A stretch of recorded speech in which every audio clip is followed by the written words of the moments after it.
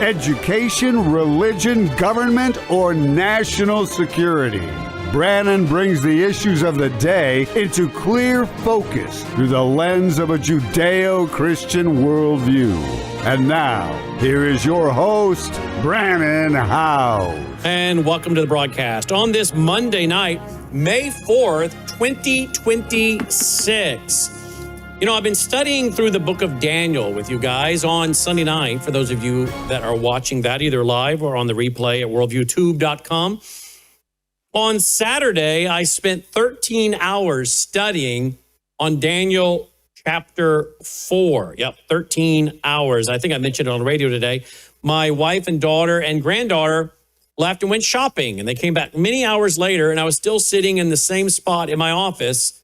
And they said, have you not gotten up? I said, other than to use the facilities, no, I just come right back in here and sit right back down.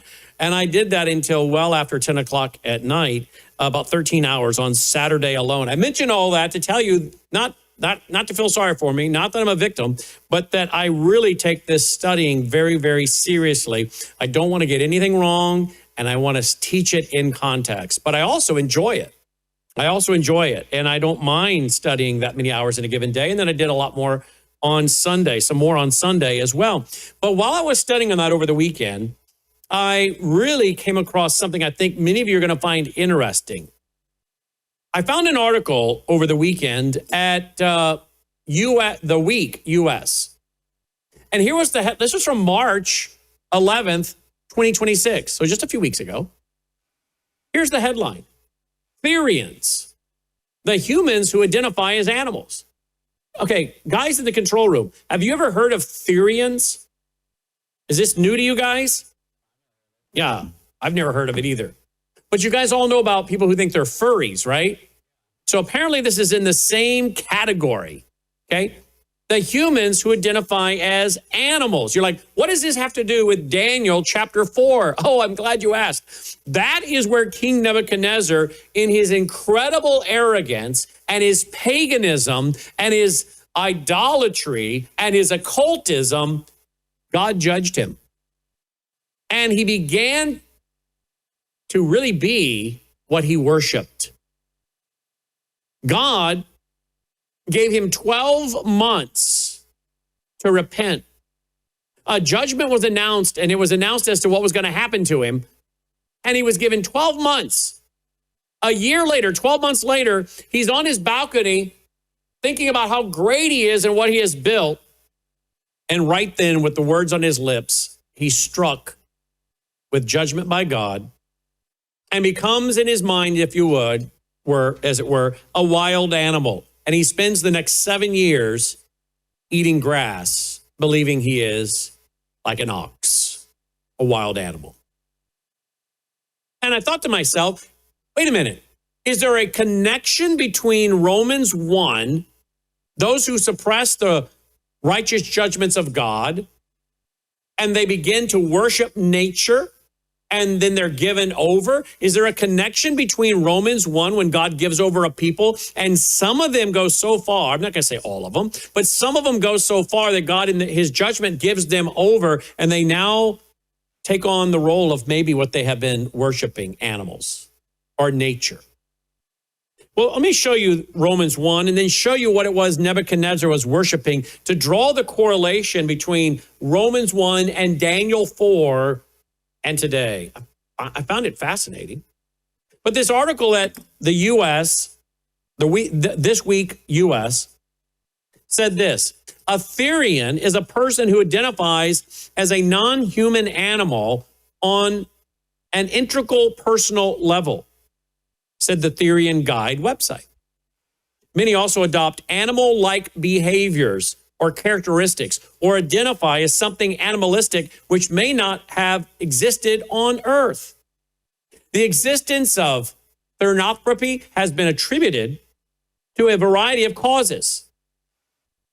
Some claim it comes from reincarnation or misplaced souls. Can we stop right there? What is reincarnation? The idea that at the point of death, you die. Your soul repeatedly passes from one body to another until your good karma, your good deeds outweighs your bad karma. In the Western society, it's almost always evolving upward.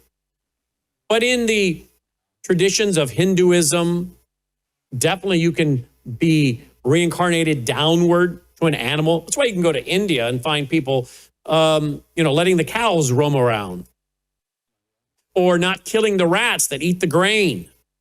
They might be killing a relative. I'm not joking.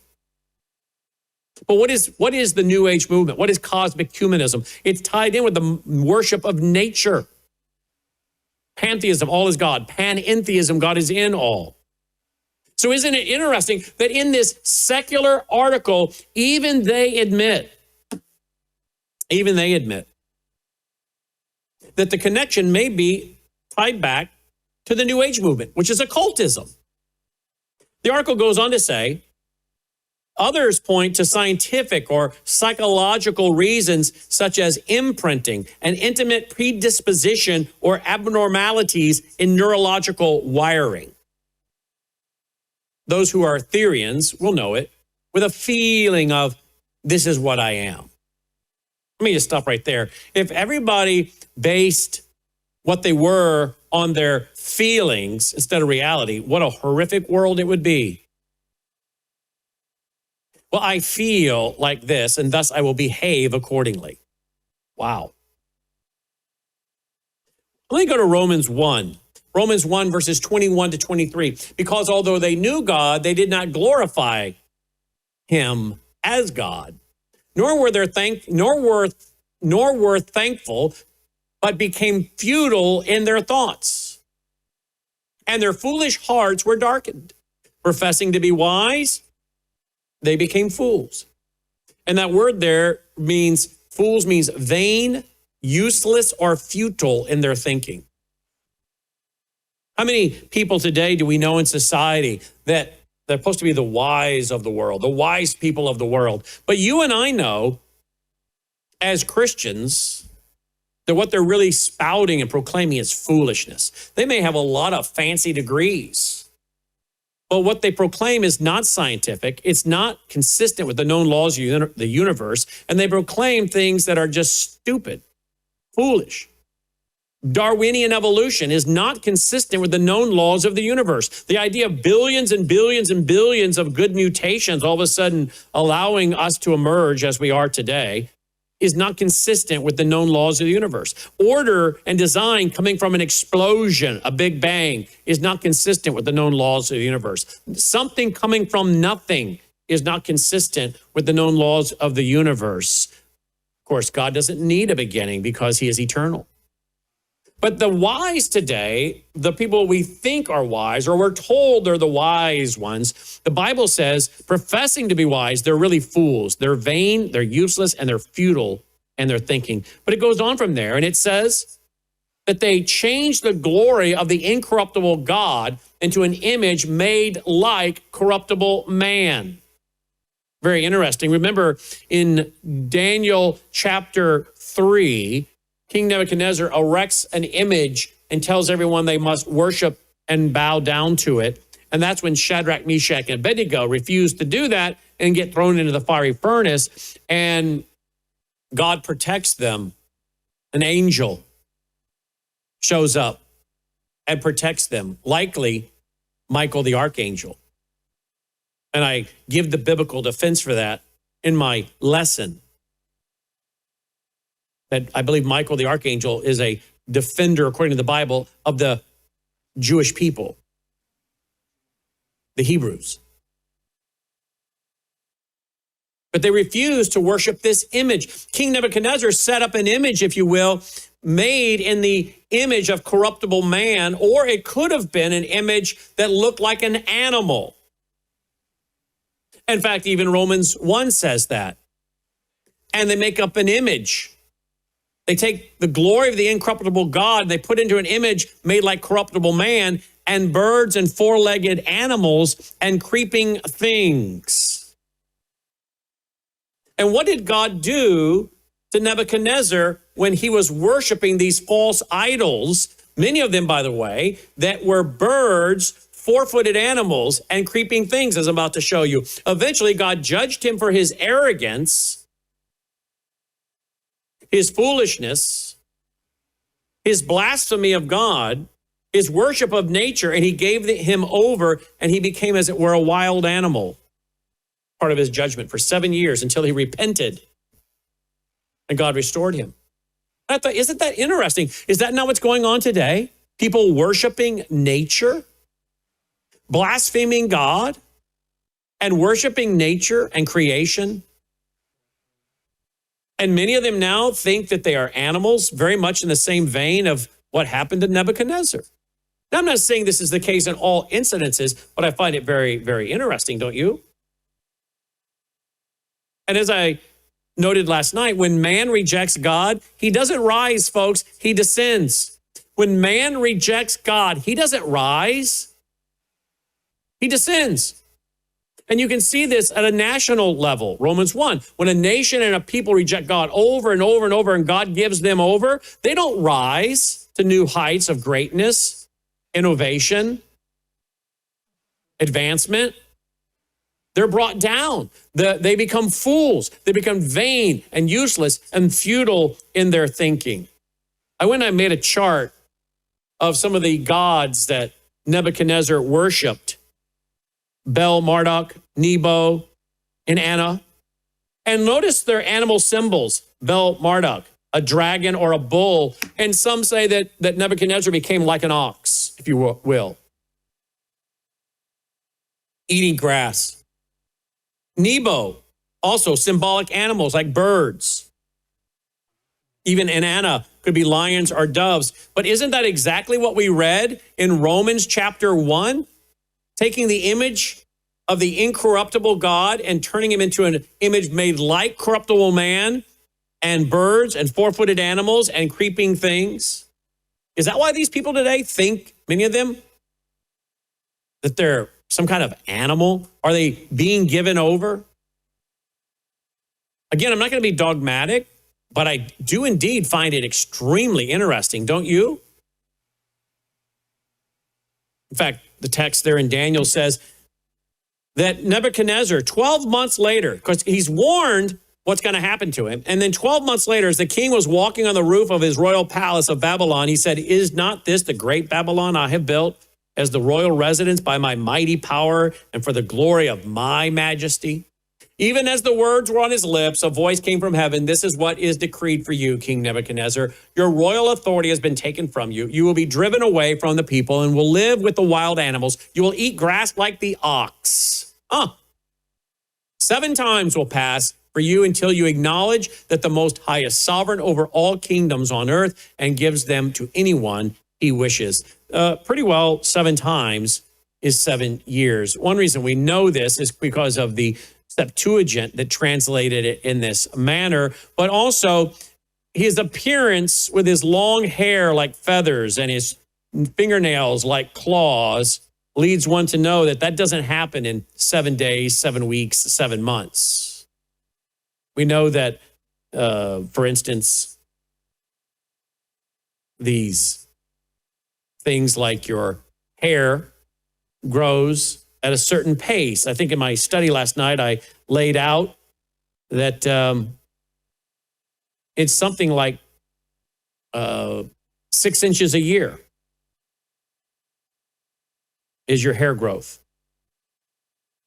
Your fingernails don't become like that of a animal in a matter of 7 days or 7 weeks or 7 months.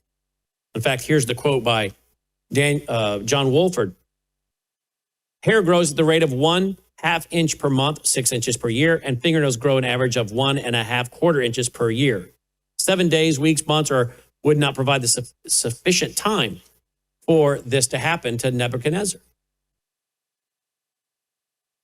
But then when he finally repented and acknowledged God, his kingdom was restored to him. In fact, the question is, did Nebuchadnezzar become a believer? I think there's reason to think that maybe he did. Because when you get to the end of Daniel chapter 4, you know what Nebuchadnezzar does? He says this. He puts out a royal decree. And he says, "Now I, Nebuchadnezzar, praise and exalt and glorify the King of heaven, because everything he does is right and all his ways are just, and those who walk in pride he's able to humble." it's very likely that Nebuchadnezzar will be in glory. You'll get the chance, I'll get the chance to visit with him. Theologians can debate it, but he certainly seems to show a change of mind. And what is repentance? Repentance, from the word metanoia, to change one's mind about who you are, what you deserve. And here's Nebuchadnezzar saying that I praise, exalt, and glorify who's king? King of heaven? God. Fascinating that as our society rejects God over and over and they do not glorify him as God, that's what Romans 1 says, but they suppress the truth and unrighteousness, he gives them over. Could it be that he's giving them even over as they have decided to worship corruptible man or images like the corruptible man or the crawling creatures or birds? I wonder if this has anything to do with this theory today of people who think they're animals. I think it's worth considering, is it not? I hope you'll go watch the full lesson of what I did on Daniel chapter 4 last night, because we learned really 3 things last night if you want to go watch it. The fear of the Lord is the foundation of wisdom. We learned that pride is the doorway to destruction, and repentance is the pathway to restoration. I hope you'll go study that with me there at worldviewtube.com. But think about that as you hear of kids and young adults thinking that they are animals. I think you might find that instructive to compare that to Daniel chapter 4 as well as to Romans chapter 1. All right, let me switch computers. Let me go over here. And remind you all that we are a listener-supported network. You know that. I know that, right? So I would like for you to go to worldviewtube.com/sponsors, if you would. worldviewtube.com/sponsors. Don't forget about worldviewtalk.com. That's where you can get your satellite phone like I have, so I know that I can stay in touch with family and friends, even if the cell towers were to go down. Solar generators, bulletproof backpacks, so many other things there at Worldview Talk. Get your own portfolio gold information. Get a packet, no obligation on putting gold into your IRA or taking physical custody. Worldviewgold.com, or silver as well, silver. Of course, I take the Gatatana each and every day. That's the phytoplankton. That's at melissahousegpa.com. Dolly gets half a scoop on her food every day.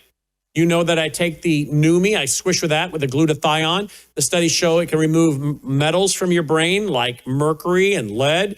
And studies show it can help reduce the impact or chances of dementia, Alzheimer's, or Parkinson's, which on Friday night I called Perkinson's, which I think over the weekend, Logan, I was supposed to go by Perkins and get a French silk pie, because you're claiming you don't know what a French silk pie is. Can't have that. I've got to correct that. So I got to get by Perkins one day this week and get him a French silk pie to try out. He says he doesn't know what that is. I'm like, what? But anyway, Friday night I kept messing up, calling it, instead of Parkinson's, Perkinson's. Which, like I said, Friday night, it's not the worst thing in the world to get.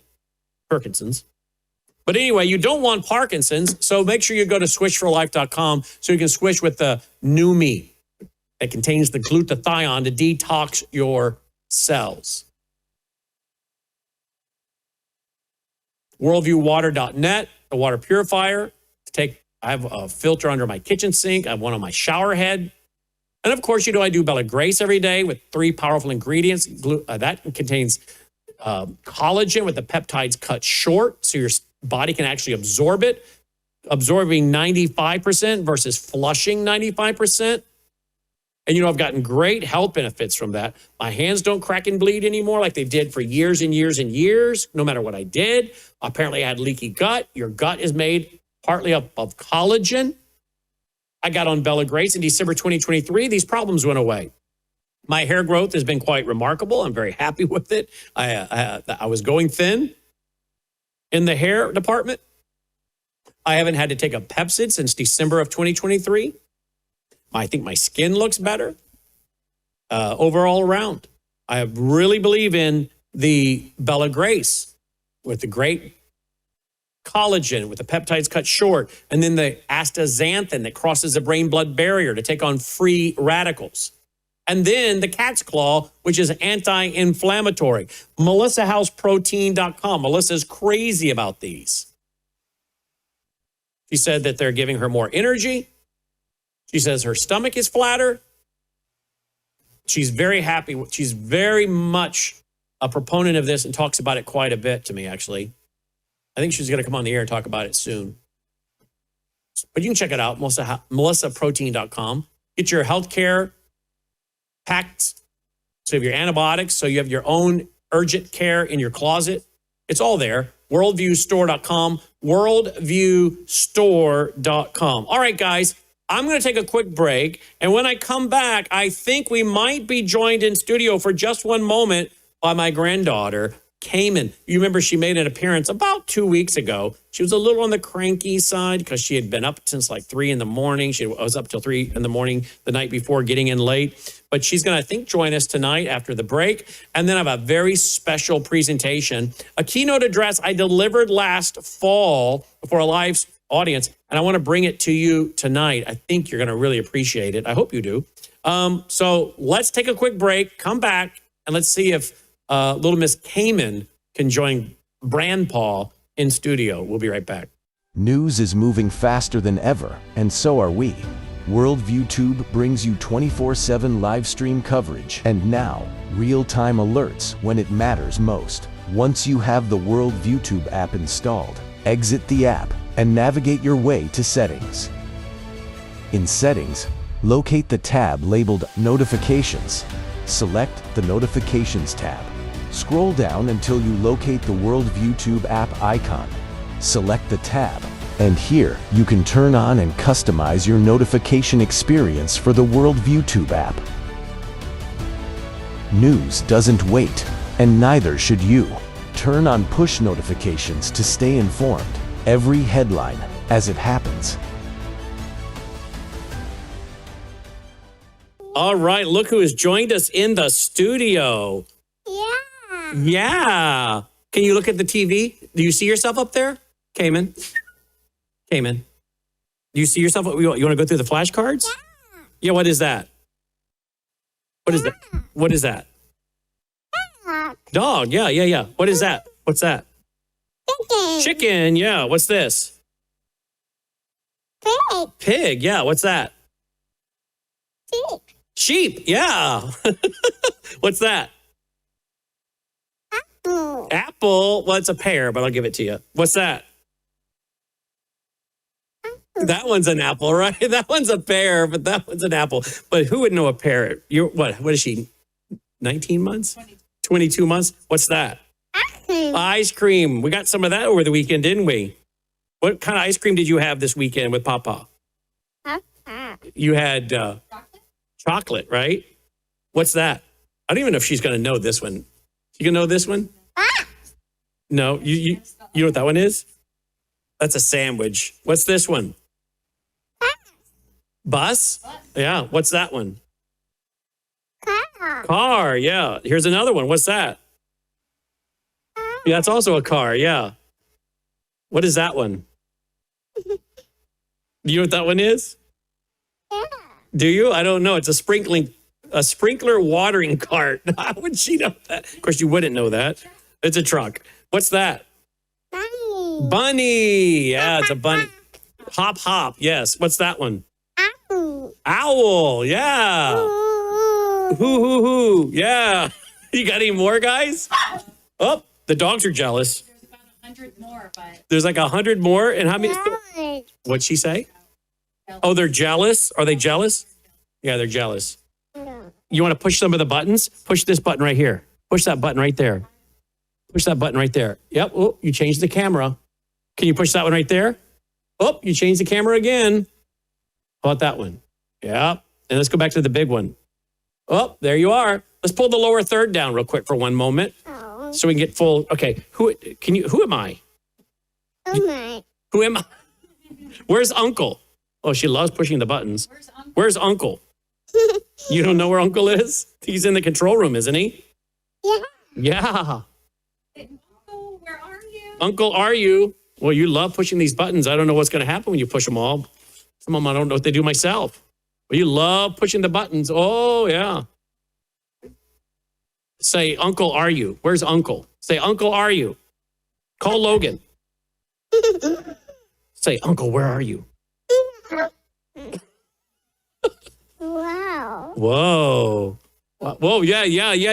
Look at all the buttons. You're really messing up the TV show now, aren't you, girl? Yeah. Yep. Oh, you love pushing those buttons. That's the wrong one, though. That one, yeah. You can push any of these. Look. See this one here, this one here, this one here. You can push any of these 4. Yeah. Yeah? Nope, that's not one of the 4. There you go. 1, 2, 3, 4, 5, actually. You can push any of these 5 right here. All right. Well, you're a good girl. You're in a better mood tonight than you were 2 weeks ago. You were tired, weren't you? You say Papa? You say Papa a million times a day. Hey, Papa. Hi, Papa. Who's that over there? Who's that right there? Who's that? That's May May. Yeah, that's your May May. Who's that right there? Mommy. Mommy, that's right. You're a good girl. You're a smart girl. Who's that right there?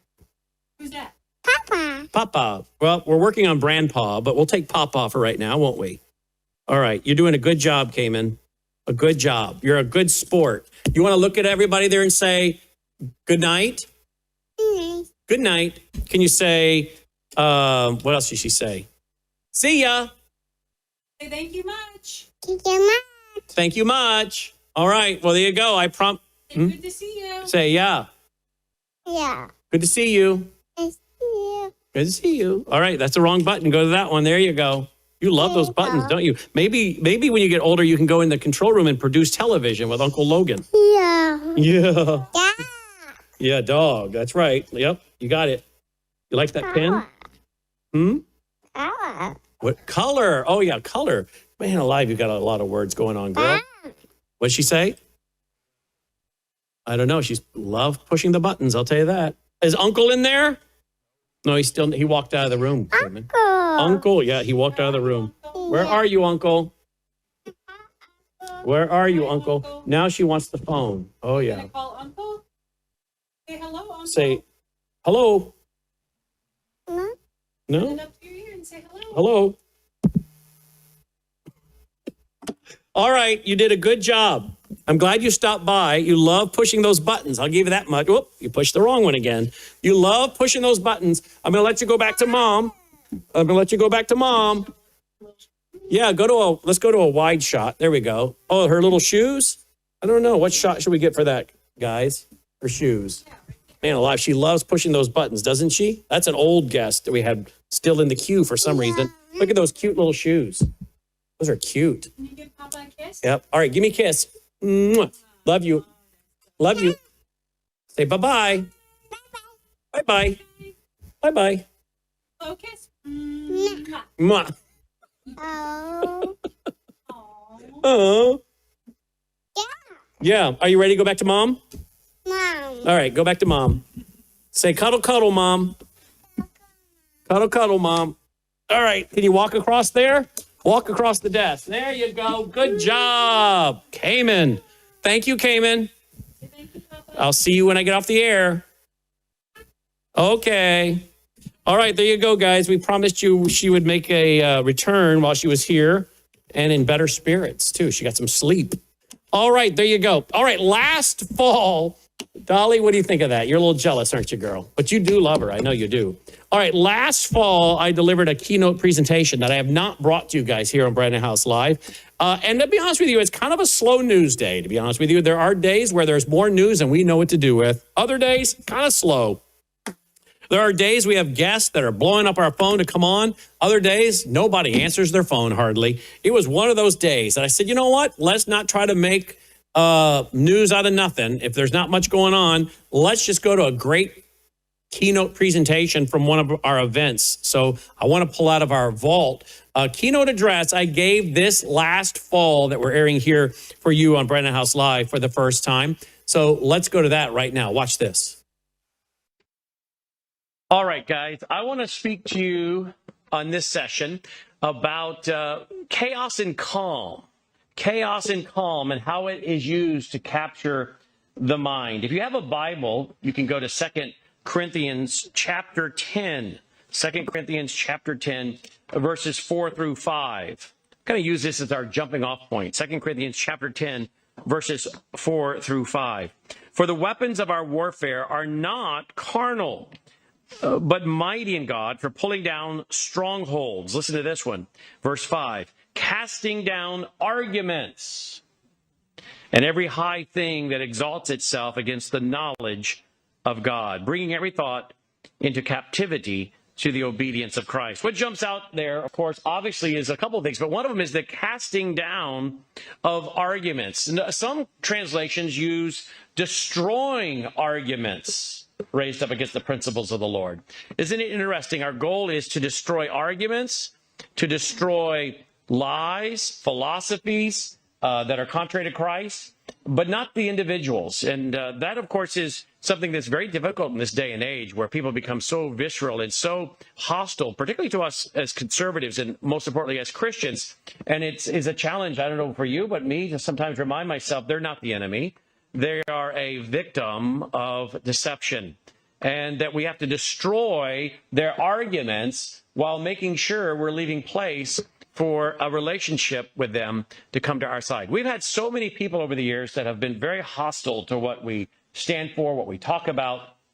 And then after they listen for a lengthy period of time, many of them will come to Christ. And some of our biggest critics have become some of our biggest supporters. And you've heard them call into the program. I listen to your show. My wife told me not to listen to your show. She listened to you all the time. She told me not to listen, or vice versa.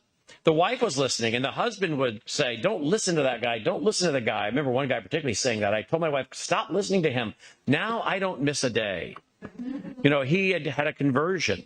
And we have to leave it in a way so that we can destroy the arguments, but not the individual.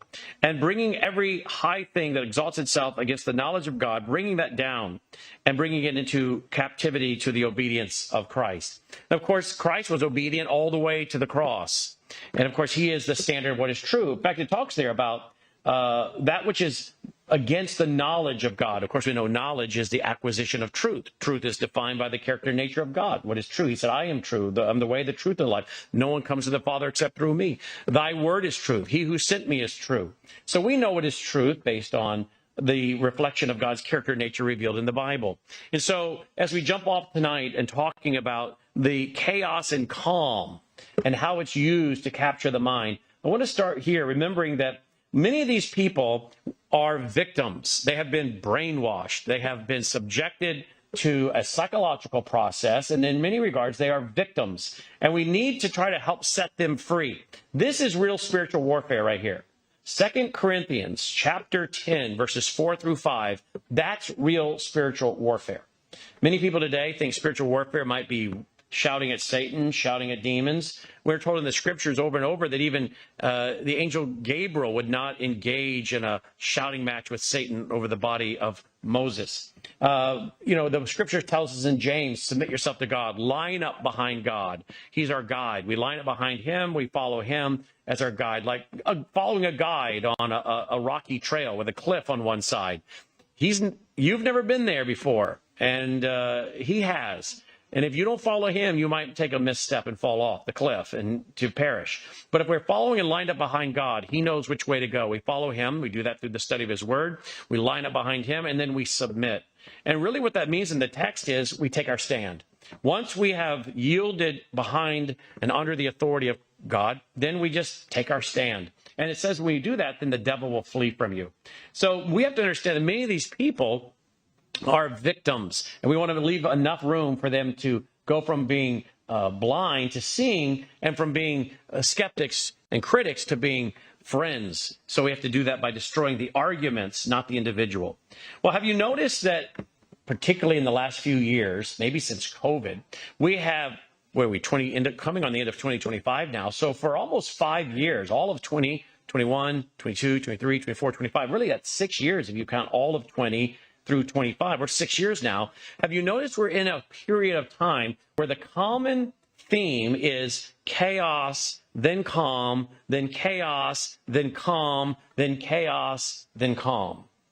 And you may get just a few days of calm, and then all of a sudden that's ripped away from you with the next news story that blankets the airwaves 24/7. We saw that with the woman that was murdered on the train and her throat was slit, that young lady, right? And many of us saw the video of her life slipping away. And that was very traumatic to watch. There was a lot of blood if you saw the whole video, very traumatic. And it wasn't but a few days later then we saw the traumatic murder of Charlie Kirk. And if you saw the video of that, there was a lot of blood with that one. And many people were traumatized by, rightfully so, by both those scenes. And we got through the Charlie Kirk memorial service, and many of us thought, well, maybe we've got a little opportunity here to have some calm. And then what did we wake up to? The shooting in Texas, a sniper shooting at ICE and killing at least one, if not two, immigrants, right? So it was just a little bit of calm and then chaos, a little bit of calm, then chaos. I want to share with you tonight how this process is used to bring anxiety and fear and to cause people to have warlike experiences. Do you ever feel like you're living in a battlefield? Do you ever feel like you're living in a war zone? Several years ago, for those who are regular listeners, know that I said to my radio audience, I told some of the police officers in our town here, two of them now are police detectives, and they both traveled with us for security and driving on our motor coaches, and they progressed from being patrol officers to detectives. But I said at one point to them, if you guys want to go into a good line of work, I would take your expertise as police officers and I would go into a private security company. I would start a private security company. I think you guys will be very, very busy. I said the trend is going to be much, much more crime. This was 10 plus years ago. Well, our security guy with us tonight, Justin, is a former Collierville police officer. And he started a security company. We hired his security company. He's taking care of us tonight and today and overseeing us with one of his colleagues. And the reality is he's busy. I asked him this weekend, I said, how busy are you? And he said he is super busy. He's had to hire more people. I said, I told Eric and Matt a few years ago that this was going to be a growing trend. Well, this is as we enter living into more like a war zone today. I mean, even as I'm standing here, did you hear my text just come through? That was my wife texting me. Here's the breaking story. Isn't this timely? Breaking, former NFL player and current Fox Sports analyst Mark Sanchez is recovering in the hospital after he was reportedly stabbed in Indianapolis ahead of Sunday's game between the Colts and Las Vegas Raiders. Mr. Sanchez was injured in Indianapolis on Saturday and is currently recovering in the hospital in stable condition. We're deeply grateful to the medical team for their exceptional care and support. So here we go. This is just almost like, again, we're living in a war zone. Here we are in Memphis, and we just had the National Guard deployed to our streets, and they're trying to crack down on crime. We see what's going on in Portland. So in some regards, we're starting to feel more like a war zone as we see people in military fatigues. And I understand when our military is facing international drug cartels and whatnot, the foreign enemies have been invaded. I think at some level, the National Guard should help defend against foreign enemies that have penetrated our cities that many of our police officers are not equipped to handle and deal with that. But we're living more increasingly in like a war zone. Would you agree with that? And we're feeling increasingly like we're living in a war zone. I want you to know that this is not by mistake. Some of this is being done obviously at human hands, but much of this is also being done at a spiritual level to condition hearts and minds with incredible fear. So I want to talk to you about how chaos and calm are used to capture the mind. Now, many of you know that for 35 years now, I've been studying brainwashing, and I produced a documentary on it, part 1 and part 2. I need to finish up part 3, but I got very busy working with people related to much of what's happening in our country, and I'll get back to hopefully finishing that series and releasing it. But I did a whole documentary on brainwashing. And for 35 years, I've studied brainwashing. And one of the things I studied was how the communists have used brainwashing, both on civilizations, cultures, countries, but also within wartime with POWs. It was in 1959 that our Secretary of Agriculture for Eisenhower was Ezra Taft Benson. And in 1959, he was tasked with showing Khrushchev around to some of our farms here in America. And Khrushchev said this to him, the leader of the Soviet Union in 1959, quote, "Your children will live under communism. On the contrary," said Secretary Benson, "my grandchildren will live in freedom, as I hope that all people will." Khrushchev replied, "You Americans are so gullible. No, you won't accept communism outright, but we'll keep feeding you small doses of socialism until you finally wake up and find that you already have communism. We won't have to fight you. We'll so weaken your economy until you fall like overripe fruit into our hands," end quote. In 1966, Richard Wurmbrand gave testimony before a congressional hearing. You remember he was the Romanian pastor that spent 14 years in a communist Romanian prison for preaching the gospel, refusing to go along with the communists. He got out after his freedom was purchased. He was told, if you leave here bad-mouthing us, we'll have somebody kill you back in the U.S., or we'll just have you captured and brought back. Well, he wasn't deterred. He was testifying within a few months before a congressional committee, 1966. It was the most sold government document for the next 3 years. One of the things that he said was, quote, Romanian communists are very interested in the fact that you have here in the United States something like 300,000 liberal clergy on their side. They can't very well win them for communism, but they can win them for a left-wing Christianity which supports communism. And at the end of the day, he warned, as did former KGB officer and expert on propaganda, Yuri Bezmenov, they don't need to win you to communism.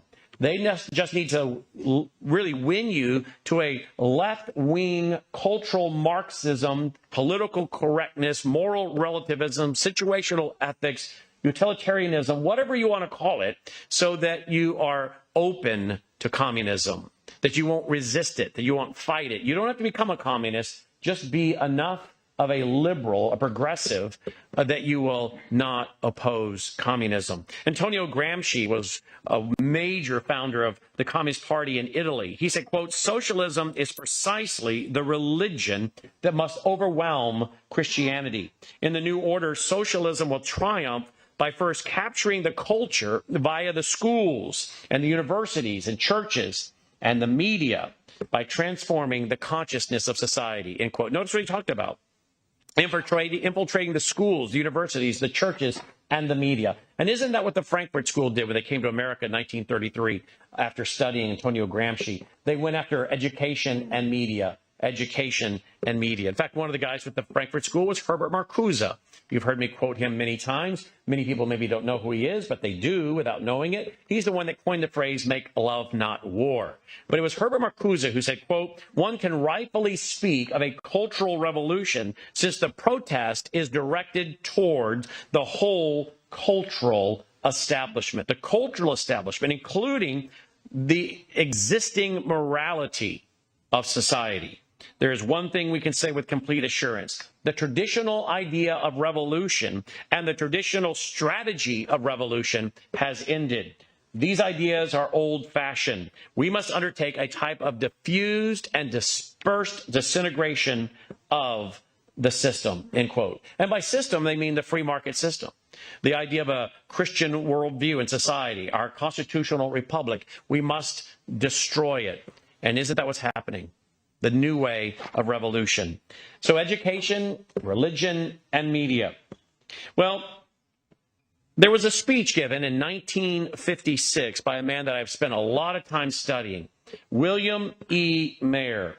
Dr. William E. Mayer was a psychiatrist, and he was an expert on brainwashing. He became one because he was tapped with studying the men that came back from the Korean War. And he did a full study with other doctors on these men that would come back from the Korean War in the 50s. And what he found is that the POWs were subjected to really a three-pronged strategy. A three-pronged strategy within brainwashing. Number one was a formal communist education. a formal communist education. Do you think most of our young people today, by the time they get out of their 12 years of education, have had a formal communist education? Sure. Indeed, they have. They just have masking terms for their communist ideas. But a formal communist education. And if you don't get it from your school, you can get it from your university or college when you go there. And if you don't get it from there, you can get it from the liberal media when you watch the nightly newscasts. And if you don't get it from there, you can get it from most of our progressive churches, many of our so-called evangelical churches now that have become into what I call Marxianity, the name of my book in 2018, where we see Christianity merging with Marxism for open borders and social justice, etc., climate care, radical climate change. There's no such thing as apocalyptic man-made global warming. Global warming is sun cycles, and they cycle, but it's not man-made apocalyptic. But this is all part of a communist ideology. So a formal communist education. Number two was self-criticism and criticism of America. Self-criticism and criticism of America. Self-criticism would include describing the insults that are put upon Christians, conservative, patriots, patriotic, God-fearing men, masculine men, warriors. Now people have been pressured into self-criticism of their own history and family, parents, grandparents, and culture.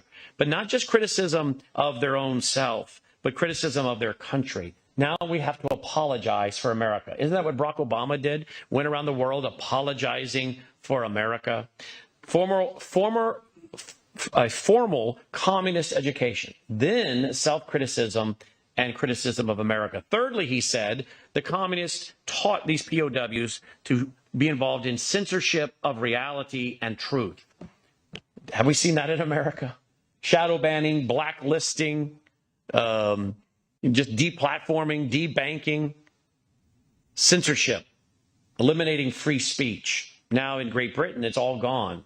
You say hardly anything, and they show up at the door and arrest you, and have the videos, watching more yesterday and today, this morning, becoming so common. And wait till they get their digital IDs over there, and they just turn you off.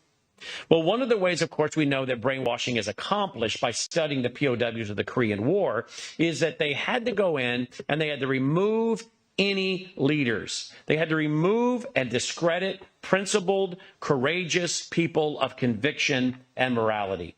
When they would show up in the communist camps there, the POWs, the American POWs, one of the first things they would do is assess who should go off to a reactionary camp.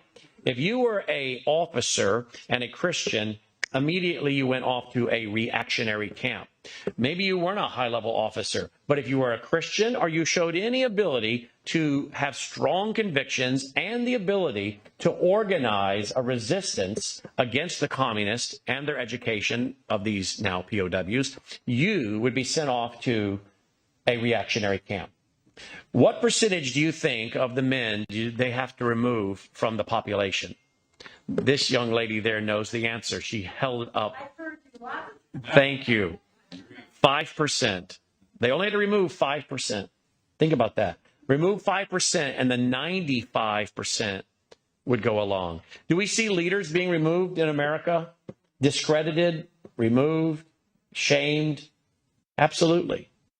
William E. Mayer said in his speech in 1956, now the weapon they used was deceptively simple. Before they could put it into effect, they had to segregate the leaders, which they did very simply by putting them into what was called reactionary camps. They put into reactionary camps reactionaries, people who tried to be leaders, people who showed what the communists called poisonous individuals. If you had the temerity to try to organize anything, off you went to the reactionary camp. You are obviously hopeless. Other reactionaries were people with a higher education who were considered automatically pretty reactionary unless they volunteered to cooperate, and some did. Other reactionaries were overtly religious people. The communists also felt they couldn't do much with them.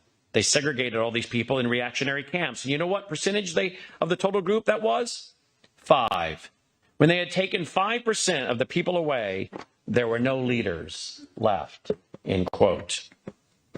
Back in 2009, we saw that our Department of Homeland Security under Barack Obama had a report called Assessment, Right-Wing Extremism. current economic and political climate fueling resurgence in radicalization and recruitment. And you know who they determined were the potential domestic terrorists? Veterans, people concerned about the border, immigration, the economy, people interested in end times, Bible prophecy. These were all potential domestic terrorists, extremists. Why? Because you had to have self-criticism of leaders. Get them to criticize themselves. Oh, maybe I am out of line. Maybe I am too concerned about these things. Self-criticism, so you will tap it down. Or get others to criticize them. But you had to discredit the leaders. If you couldn't eliminate them, at least discredit them. Then, of course, we know under Joe Biden, June of 2021, they put out a national strategy for countering domestic terrorism.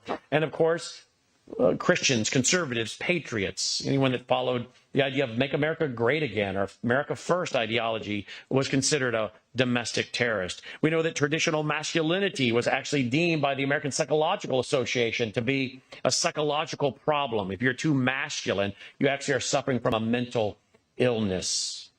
But this isn't new. Many people think, oh, this is some kind of new agenda. It's not new at all. Solomon said there's nothing new under the sun. In 1950, there was a book put out by a guy named Adorno, Theodore Adorno. He was with the Frankfurt School as well, 1950. The book was called The Authoritarian Personality.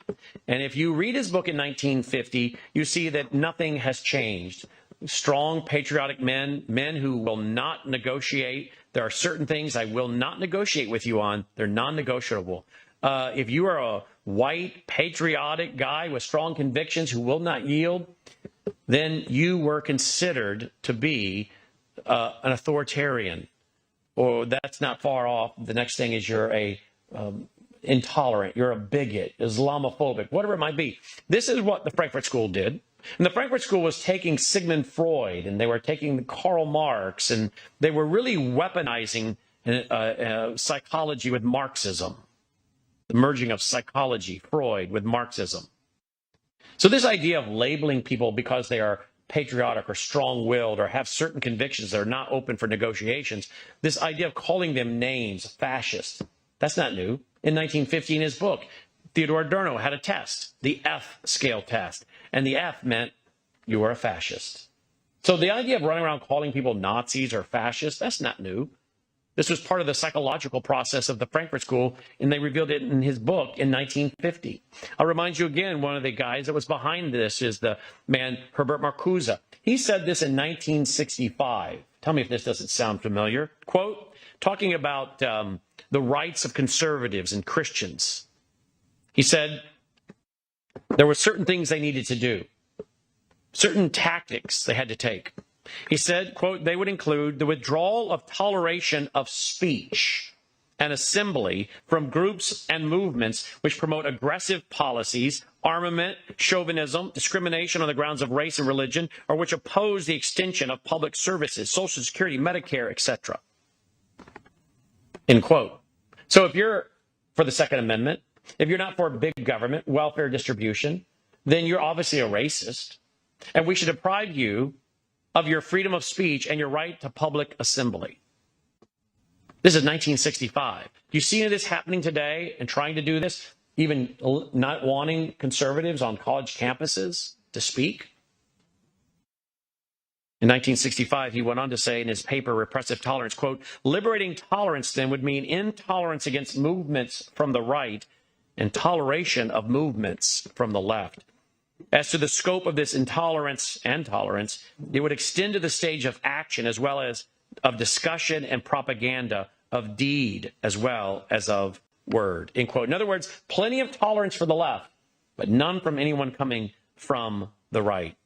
Well, not only did you have to remove leaders, and there are multiple steps in the brainwashing process, but after you've removed leaders, one of the things you then must do is entice these brainwashing subjects that are left without leaders into questioning and doubting the foundational worldview and value and convictions that they hold, their family holds, their church holds, their country holds. Question these values, these convictions, this Judeo-Christian worldview. And this is what Mr. Hunter wrote about and spoke about. through his years of trying to warn Americans in one speech after another what he learned from those POWs in the Korean War. He said this in 1958 before a congressional committee. Quote, this is Ed Hunter. Ed Hunter. Quote, no man has ever been brainwashed. You have two guys, William E. Mayer and Ed Hunter, both of them studying these prisoners of war. So remember, I quoted William E. Mayer. Now I'm quoting Ed Hunter. He studied these POWs as well. In 1958, he said, quote, no man has ever been brainwashed whose mind has not first been put into a fog. The patient first has to be deprived of his bearings, to be shaken loose from whatever belief and convictions he more formally held until he loses faith in them entirely, end quote. Do you think people are having a brain fog? You hear that a lot? You got brain fog? You know, some of this may be related to COVID and COVID shots or whatever, but some of this is more than that. It's a psychological process that makes you where you really have a hard time discerning what's happening. Why is this happening? How am I to process it?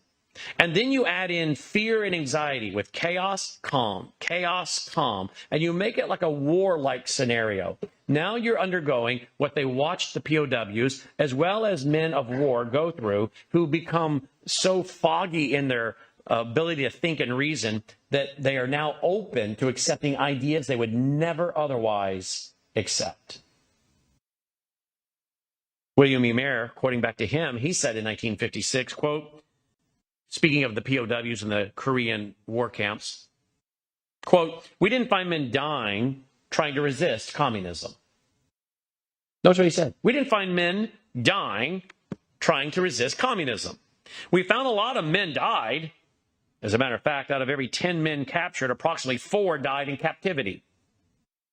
Out of every 10 men captured, approximately 4 died in captivity. 4 out of 10. 38%, to be precise. That, ladies and gentlemen, is the highest death rate of Americans in any kind of captivity, in any prison, in any war since the American Revolution. But they didn't die, as we thought, because of mass executions or systemic starvation.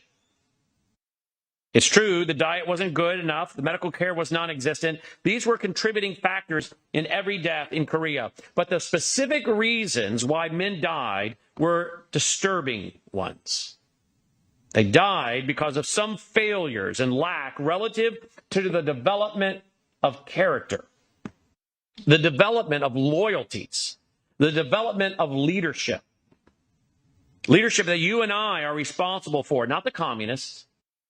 We saw another kind of surrender in Korea. We saw a kind of psychological surrender that was fatal. There was a disease that killed hundreds of American troops, which the medical service had no name for. So the prisoners named it. They called it give-up-itis.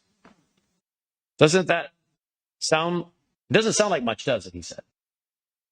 It was a disease of the passive, the dependent, the rather inadequate. The kid who was awfully insecure, who couldn't tolerate this being isolated from other soldiers or from his unit. The kid who cried himself to sleep at night. He talked about his mother a lot, who brooded, who threw down the dirty bowl of food because even though it was something that would keep him alive, it was dirty and he didn't like it. And he crawled up in a corner by himself and pulled his blanket over his head. And within 48 hours, he was dead. Dead. Not starved to death. No physical disease present. Just dead. Hundreds of Americans died in this fashion. They were not psychotic. They were not insane. They knew what they were doing. They made the most profound of all human surrenders. We've never seen it before among 18 to 22-year-old males. Notice again what he said was part of their problem. I'll go back to that. There was a lack of development of character, loyalties, and the development of leadership. What we need is men that have character. But the character they need is ridiculed today. It's called divisive and extremist and intolerant, and that of terrorists.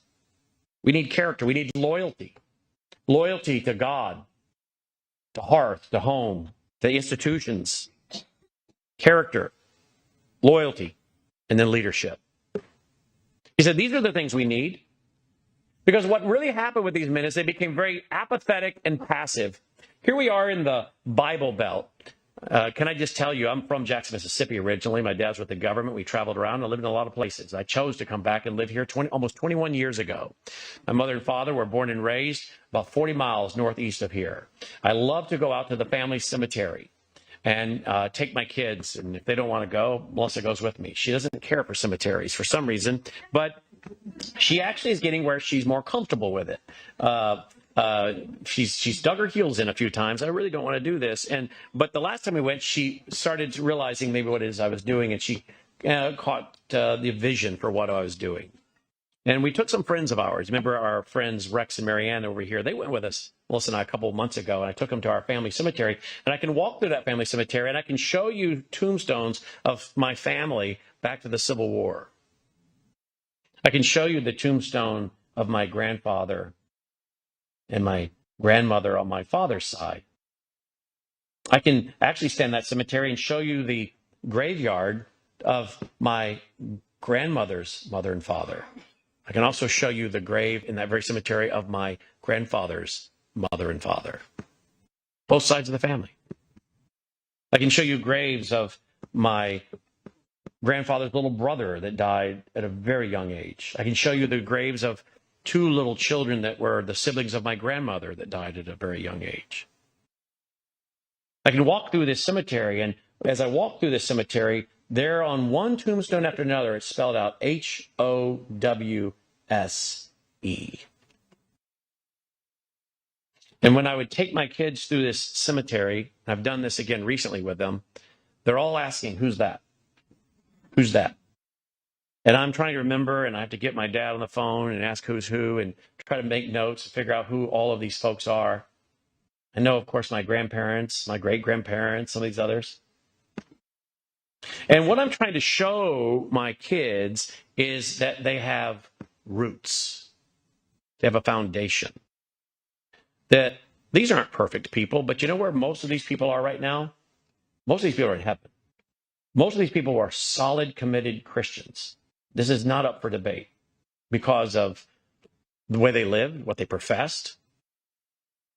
These are people that made decisions in their life that impacted your father, which impacted your grandfather, which impacted me, your father, which will impact you and your children. These are decisions that were made going down through multiple generations to keep the marriage together, to stay together, to work hard. You're standing on the shoulders of multiple generations. And the process of doing that, what you're trying to show these kids is that there are things that are eternal and that will be here long after you're gone. To create loyalty to the family name, to the family values, to the history, to the heritage. And to then model some of them as leaders. What did they do? How did they act? How were they viewed in the community? What was their influence? To develop leaders, loyalty, character. We've lost this much in our societies today. It was not uncommon. Most all of us take our kids to the family graveyard. Not today. Most people have been splintered and spread all over the place.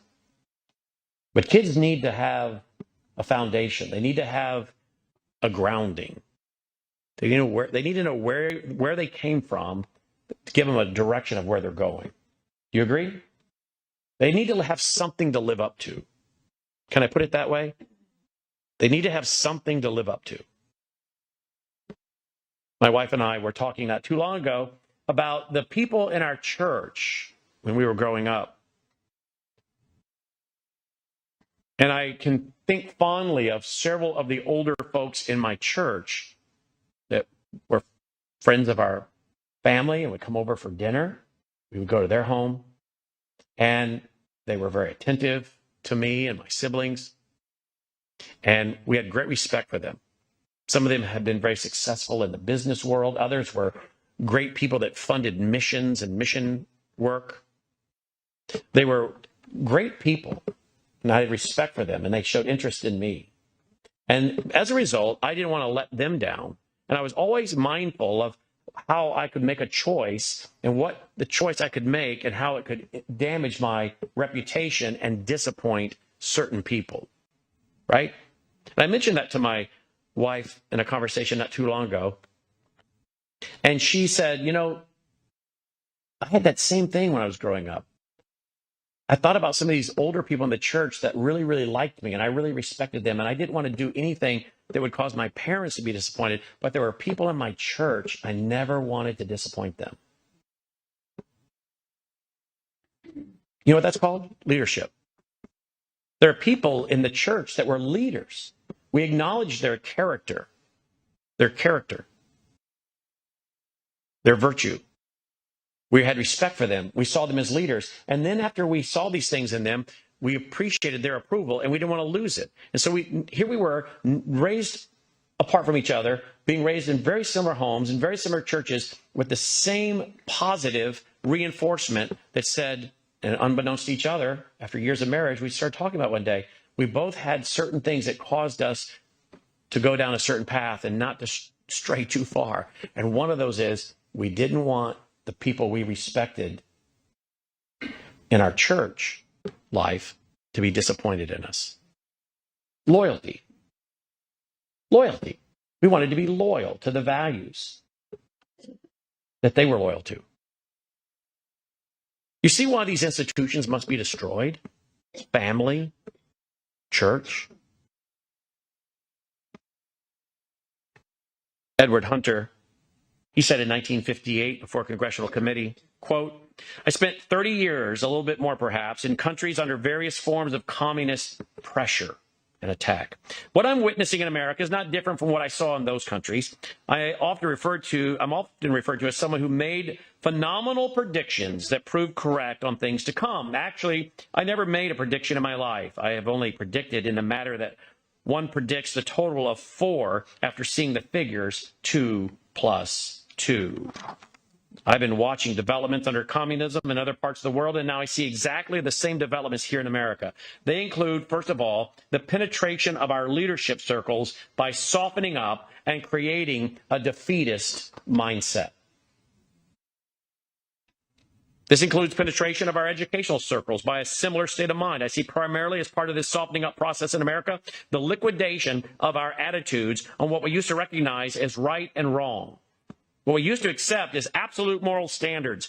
We now confuse moral standards with sophistication of dialectical materialism with communist crackpot theology, which teaches that everything changes, that what was right or good or bad changes as well. So nothing they say is really good or bad. There's no such thing as truth or a lie, and any belief we actually held was simply our being unsophisticated. They don't say this in so many words, except to those who are already indoctrinated in communism. What they do say to the rest of us is to be objective. And then they twist that word objective into meaning what they mean by dialectical materialism, end quote. Now, I know that's an awfully big word, dialectical materialism. But if you want to understand fully what is happening in America, you have to understand dialectical materialism. Let me do it for you in the simplest, shortest form I can. Dialectical materialism says that all that exists is the natural and material world. That's it. You die and it's over. We would call that secular humanism. Of course, we know today secular humanism is not the dominant worldview. It's really more postmodernism. Truth and reality are created by man, not by God, or cosmic humanism. The idea that, yes, you have a natural body, you have a soul and a spirit. When you die, you'll go on to another place, and where you go will be based on your good karma, your bad karma, reincarnation. That's the pagan spirituality of cosmic humanism. That's really one of the dominant worldviews today, cosmic humanism. But even they believe that the material world is not that important. Where the secular humanist says all that exists is the natural world, the material world, the cosmic humanist says yes, but it's really just an illusion. Either way, it's a form of humanism that says man will determine his own future. There's no absolute truth. There is no God. There is no creator.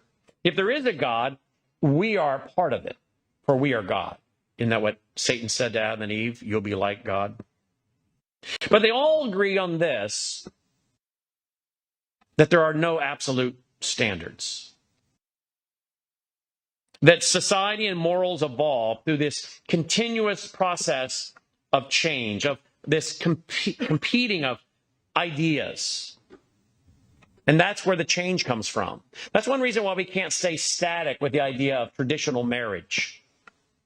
We have to always be evolving. What we're really talking about here is going beyond biological evolution to what is really societal evolution. Societies evolve, morals evolve, the law evolves. Man's a product of his environment. If you don't like all the crime, then redistribute the wealth, take away the reason why people are committing crime, which is stealing and carjacking. But if you take away the reason for the crime, they'll stop stealing because people are simply a product of their environment. That's a lie. Some of the biggest mass murderers were hugely, wildly, financially well off. Hitler, Stalin, Castro. I mean, we go down the line of all these people that murdered so many, but they were financially well off. Their issue wasn't their financial state, it was their heart. But dialectical materialism says man is a product of his own environment. So we need the state to step in and set the right kind of environment to create a stable and orderly society. The state has to do it. But they use the chaos to justify more state control. And they declare that it's man's material wealth or lack thereof that determine their values. Give them enough material things, their values will then come in line with group consensus and orderliness. But they're removing the issue of the heart, original sin, the fall of man. Jeremiah, the prophet, said, the heart is deceptively wicked above all else. Who could know it? And then dialectical materialism says that in order to create this society where people have their material needs met, then the government must come in and take control of the economy so we can ensure everyone has education, healthcare, housing. And once we take care of these food and the same food everybody else eats, nobody should be eating better food than anyone else. Everyone must live in a society that's equal. And once we do this, we will see really a heaven on earth, if you will. It's all a lie. And they believe then that people will see that capitalism has actually not worked. Socialism is really the answer, even though it's never worked anywhere. And that patriotism and national sovereignty is not compatible with this new socialism that must go global. And because it must go global, we now will call it globalism. And therefore, then the nation states must give way to a world government that will continue on with these types of values and processes. This is really dialectical materialism. Another simple way to put it, too, is that we indoctrinate children and young people with values that are contrary to the foundation. What is the foundation in America? The foundation in America is a constitutional republic. William Blackstone was asked, what's a constitutional republic? One of the leading scholars for the Founding Fathers. He said, a constitutional republic is based on what the divine has ruled on, we don't rule against. That's what makes us a constitutional republic, the longest running constitutional republic in the history of the world, 250 years next year. But we're really not operating as a constitutional republic, are we? And so it's all falling apart. But that meant you had to have people involved in understanding the character and nature of God if your republic is based on the character and nature of God. So we don't pass laws that contradict his character and nature. But what do? We remove Bible reading and prayer. 62, 63. We can't even teach creation versus evolution next to each other. We removed the Ten Commandments from the schoolroom walls, 1980. Kids can't look at the Ten Commandments day after day, week after week, month after month, year after year, because they may be compelled to follow them even if they don't want to. Now we have states challenging that, and we're going to see where that goes back up to the Supreme Court, what happens there. But by now the damage has been done. We've removed a moral foundation, the laws of nature. The nature is God. How do you maintain a republic? Now we've taught young people that the source of all suffering and oppression is Christianity and capitalism. The source of all suffering and oppression is Christianity and capitalism. It's the white male. It's the patriotic male. It's the John Waynes of our society. It's the Ronald Reagans of our society. It's the Barry Goldwaters of our society. Go on down the line. These are the sources of all suffering and oppression. It is a construct that they created to enslave people. The worker versus the property owner. It's not right. It's not valuing human life. That's what they're told. And we teach young people to hate America and what America stands for. And we teach them that the flag is racism. And standing for the flag and the national anthem is a form of colonialism. And you don't want to be a racist now, do you? And these young people begin to experience a major conflict internally. This particularly happens after 12 years of education, and it really gets into a turbo case of mind rot after 4 years of college. And they have this internal conflict that says that this is what America, I understand now, is. This is the problem, but here's the issue. I have this cognitive dissonance because my mother and father, my grandparents, my country still hold to these ideas. And I cannot get rid of this conflict. I go to ball games, they sing the national anthem, they bring out that flag. These people in my community, they have 4th of July parades. They have people that want to have some kind of patriotic service in the park. We have other people that want to be involved in proclaiming Christianity in the public square. And all of this is a conflict for me because I understand what is the source of all suffering and oppression. It's Christianity and capitalism. It's all made by man to control and enslave people. They have this great conflict because now they perceive what is really right, what is really wrong, they think. And yet they still have to somehow deal with these parents and grandparents and community and their church back at home and even their nation as a whole. And once you've done this with millions and millions and millions of Americans, many of them who have now made it into positions of leadership in our House and Senate at the state level, the House and Senate at the Washington level, the governor's mansion, now these people who have been thoroughly brainwashed to this dialectical materialism and continue to have this cognitive dissonance say, I can finally resolve this conflict by destroying the foundation, the constitutional republic. We must end this constitutional republic, go to what is really the just system, socialism in their mind, give it whatever name you want, equality. And then the conflict internally can end. The cognitive dissonance can end. It's a psychological process. And our enemies have known that if they could infiltrate our schools, our media, our education, and get enough young people to believe this way, they could then enter into the power centers of the institutions. Herbert Marcuse called it the long march through the institutions. And once these people had gained power from within, as Khrushchev said, we will capture your kids. They will fall over into our hands like overripe fruit. It will be socialism under another name. It'll be communism under another name. And once they're in positions of power, they begin to destroy the foundation. Free speech, freedom of religion, parental authority. Everything our republic is based on. So they can get rid of that cognitive dissonance. And it all happened from within without any foreign invasion of troops. Oh, foreign troops indeed are here. Special forces are here. They've penetrated. But long before they arrived the last few years, they penetrated our education system and our media and the minds of our children to turn them against our own country and to destroy the foundation from within. That's cognitive dissonance. One POW, Captain Zach W. Dean, he told Edward Hunter when he got back from the Korean War, quote, the Reds were able to break a man's mind only when they accomplished two things. They had to deprive him of clarity of thought and upset his sense of values. Is that not what our young people today are suffering from, and many adults? Clarity of thought and a sense of values, a standard of values. Once they had robbed them of clarity of mind and any kind of values, now they could brainwash them. They told them in the schools of America for decades now that you don't want to be involved in antisocial behavior. What is antisocial behavior? Well, it's being judgmental. It's being intolerant. It's being individualistic. Saying things that are divisive. It's being not open-minded. You don't want to be antisocial, do you? You don't want to be intolerant.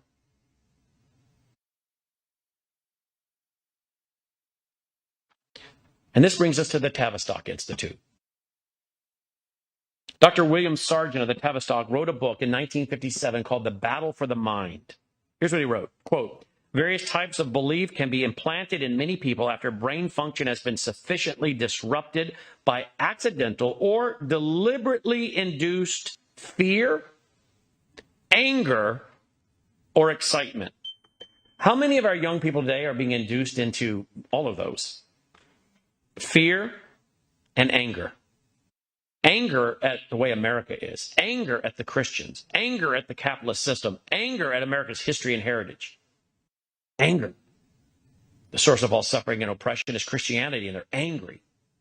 Others, fear. They're the 9/11 generation, many of them. Born either right before it, right after it. Now they've seen all kinds of things taking place, and they're fearful. He said, when this happens, the results caused by such disturbances, the most common one is temporarily impaired judgment and heightened suggestibility. In various group manifestations, it's sometimes classed under the heading of herd instincts and appear most spectacularly in wartime, during severe epidemics, and in all similar periods of common danger, which increase anxiety and so individual and mass suggestibility. End quote. You want mass suggestibility? Put people in what seems to be a spectacular time of war. Induce fear and anxiety. Put them in a brain fog. Make sure before you do this, though, you have deprived them of clarity of mind and values. And then you bring on the chaos, the warlike situation. And when you then do this, you can make suggestions. And they will be willing to accept the things they would never otherwise accept, and to the point of mass suggestibility. My friends, all we have to do is have a few more crises in this country, and the vast majority of Americans will more than surrender to digital IDs and everything they're told, so they can go back to some level of what is supposed normalcy. The KGB officer who was interviewed in 1984 by my friend George Griffin, Yuri Bezmenov, said, demoralize, destabilize, chaos, and the new norm. Demoralize, destabilize, chaos, and then the new norm. The new norm is a socialist state or a fascist state, big government, big business merging together. It won't take much for most Americans to willingly surrender, because they're saying, I want a new norm. 15-minute cities. You're tired of crime? Tired of seeing people have their throats slit on the buses? On the trains? Mass shootings? Surrender to the digital ID. We'll set up 15-minute cities. We'll know everyone's coming in, everyone that's going out. We'll control everybody. They don't behave. We'll turn them off. We won't have to worry. Everyone will be on their best behavior. How many will surrender this after having their values displaced, put into a brain fog, and put into a state of like war? They also do this by causing this cognitive dissonance, as I mentioned earlier. Let me read to you what I put in my documentary Siege on the theory of cognitive dissonance as we get ready to wrap. The theory of cognitive dissonance, in part, is that if you can convince someone to change their behavior through uncomfortable peer pressure, and the change in their behavior is rewarded with a positive outcome, then they're more likely to change their values to match their change in behavior. Once you change their values and behavior, you have effectively changed their very worldview. So in other words, you use group pressure to change their behavior. Well, I'm going to go along with this. I'm not going to do these things. I'm not going to say these things. I'm going to change my behavior, but I still have my values.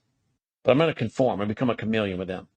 Well, pretty soon, once you've gotten them to change their behavior, they start feeling guilty. And there's, again, this internal conflict. My behavior is not lining up with my perceived values. Well, guess what I'm going to do then? Change my values.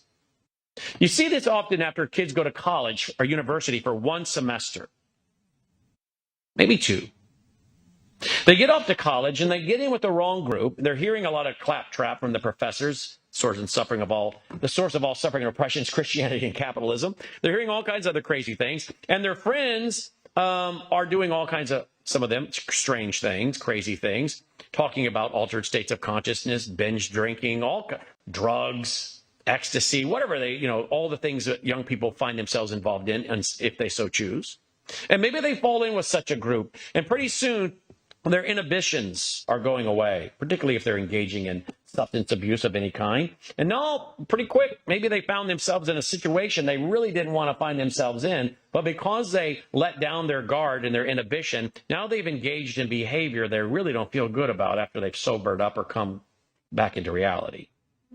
Now they begin to conduct themselves into this group consensus and behavior of a lifestyle that really is, they know, not what their mom and dad, certainly not their grandparents, would be in accord with. And after experiencing this for several months, along with what they're being told about how really your mom and dad, your Christian worldview, Judeo-Christian worldview, is enslavement, pretty soon they go home for Thanksgiving. Now try to come back into your mom and dad's traditional home and house, and now they really are feeling guilty. They don't want to really be around their parents or their grandparents because they're dealing with such guilt. Some of it maybe, again, was forced upon them in the sense that they were partaking on things that lowered their inhibition, and now they found themselves involved in something they really didn't want to do, but they lost control because of what they were engaging with. So they're really feeling victimized. Some of them went willingly. But what they do know is that what they are now practicing and believing and their behavior doesn't match their values. So they've got an internal conflict, but then they have a conflict when they go back home because now their conscience is working double time, knowing I'm letting down my parents, the people, my community, my grandparents, if they only knew. So they find themselves isolating in the bedroom. And then they find themselves coming home less and less because they're so convicted and uncomfortable when they do. And pretty soon, their child has decided the only way I can deal with this conflict is to not just change my behavior, which I've done, but is to actually now reject the values that I once held. So I don't have this internal conflict between my values that I was taught at home and my behavior. And now I can end this conflict in my heart and mind. These will now not only be my behavioral choices, but these will now be my new values. How many of you know what I'm talking about, watching kids and grandkids go through this? My friends, you need to understand, as I'm sure you do, this is part of the psychological process. Why do you think our industries have been so big on making sure that pretty much everybody went off to college and university? It not only enriched the bankers and the student loans, but we could not have these kids checking out of the brainwashing centers. Why do you think the politicians are so big on making sure that plenty of alcohol is available and plenty of drugs and normalization of pot and marijuana and other things? These people are change agents, and they know what it takes to change these young people. Well, the converse is also true. If you apply punitive consequences on the wrong behavior, then the negative outcome makes it more likely they change their values to justify their change in behavior. Isn't that what's going to be happening very soon with digital IDs? The consequences will cause people to change their behavior. And pretty soon, internally, my behavior, I'm not speaking truth. I'm going along with the lies. I'm complying with the cultural Marxism, globalism, whatever you want to call it. I don't like the fact that I've rejected my real beliefs, but I have no choice if I want to stay in the system and be rewarded. And pretty soon, because the behavior is being rewarded with access, with job, access to your bank account, your digital ID, to vote, get on social media, all the things they're telling us up front and have been since 2018 at least with the World Economic Forum, you're going to have a digital ID to do. Pretty soon they're like, well, I've changed my behavior and I'm being rewarded for it, so I think I'll also just change my values. And then I won't have to worry about this internal conflict. You see how this works, folks? And in conclusion, what I want you to understand is this can lead not to just people changing their values and saying, well, I really don't like the Christians. I don't really care for their worldview and their values. Let me tell you where it's going.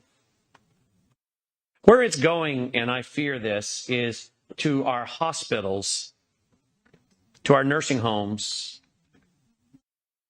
till we raise a generation of young people that are willing to be cruel, as they have not only now rejected Christian worldview values, Judeo-Christian values, they have embraced the antithesis of that with their behavior and own personal values, and now they are willing to dehumanize those who they believe are the source and suffering of all oppression, and they have zero tolerance for anyone that they can tell from their medical file, the conversations with family, these are Christians.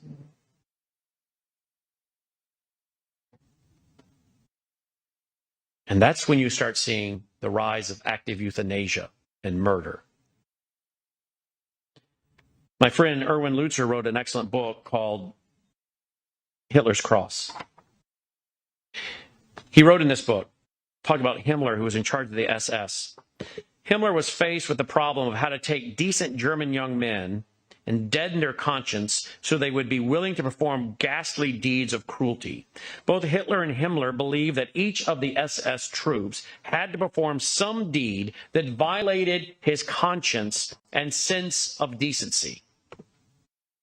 Only when they did what others found to be reprehensible would they break away from their old values. The conscience had to be deadened through these acts of barbarism. They would serve the dual process of cutting the recruit all from his past ties, his family and friends, and of bonding him to his new peers and leader. The break would be so complete that he would never go back.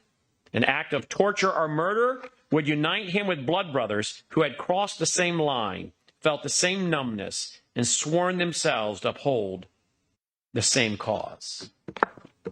Our young people today, many of them, they are being enticed to be engaged in behaviors and thoughts that are contrary to the values of their parents and their grandparents. They're being encouraged to be involved and engage in behavior that now is starting to really sever their conscience, damage it, deaden it. It won't be long before some of those young people continue down that path that they only find solace and community among others who have practiced this same ritual.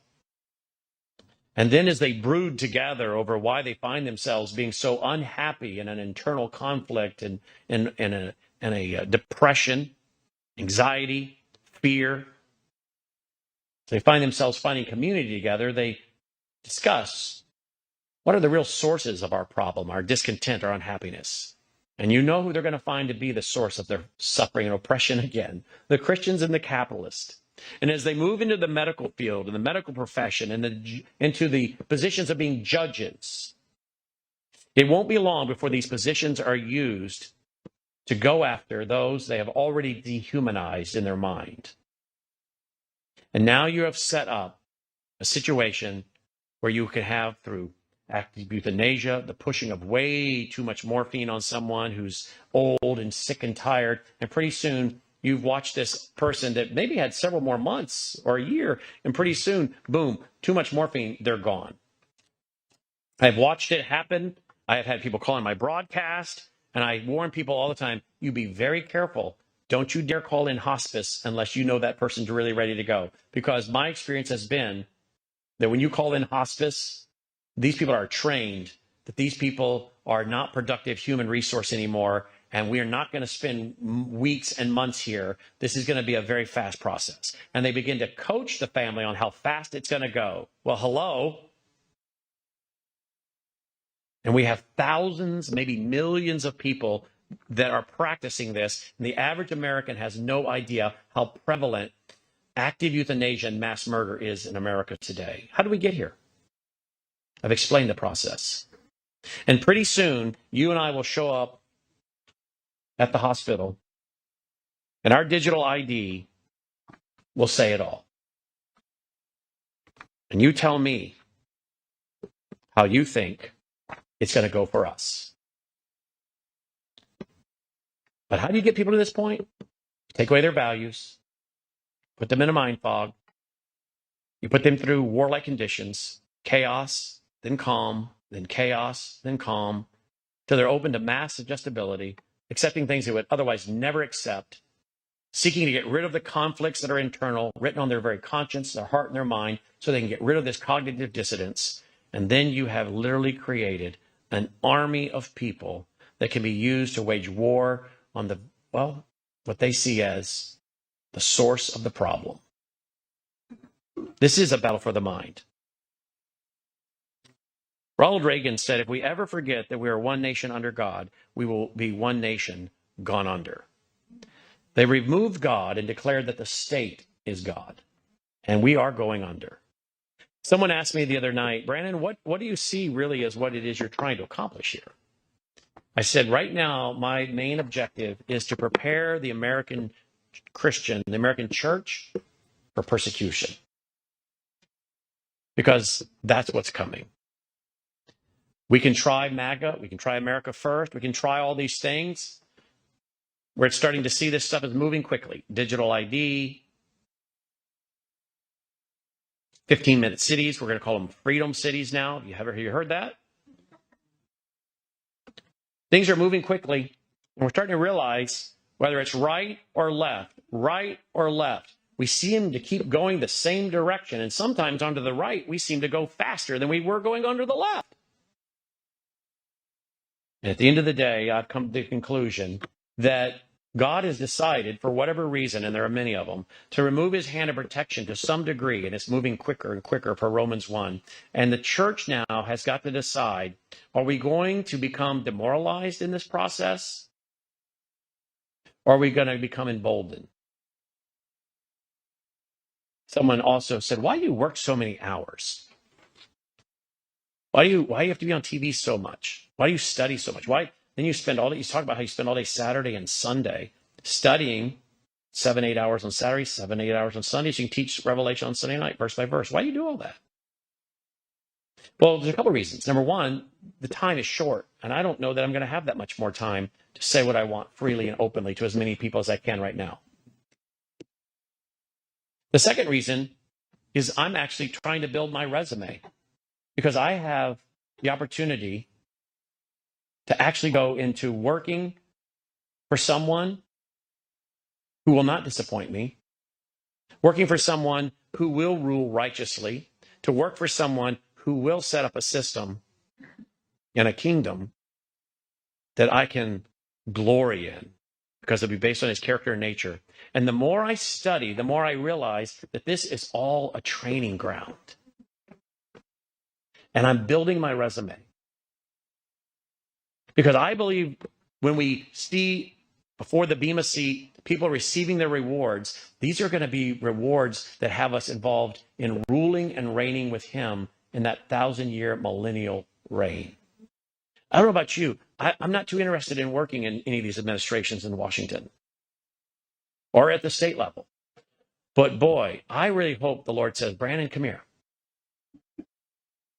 Look at this. Now look, we got 1,000 years here. We've got all of these people that rolled into this millennial kingdom in their physical bodies. And those people are having children.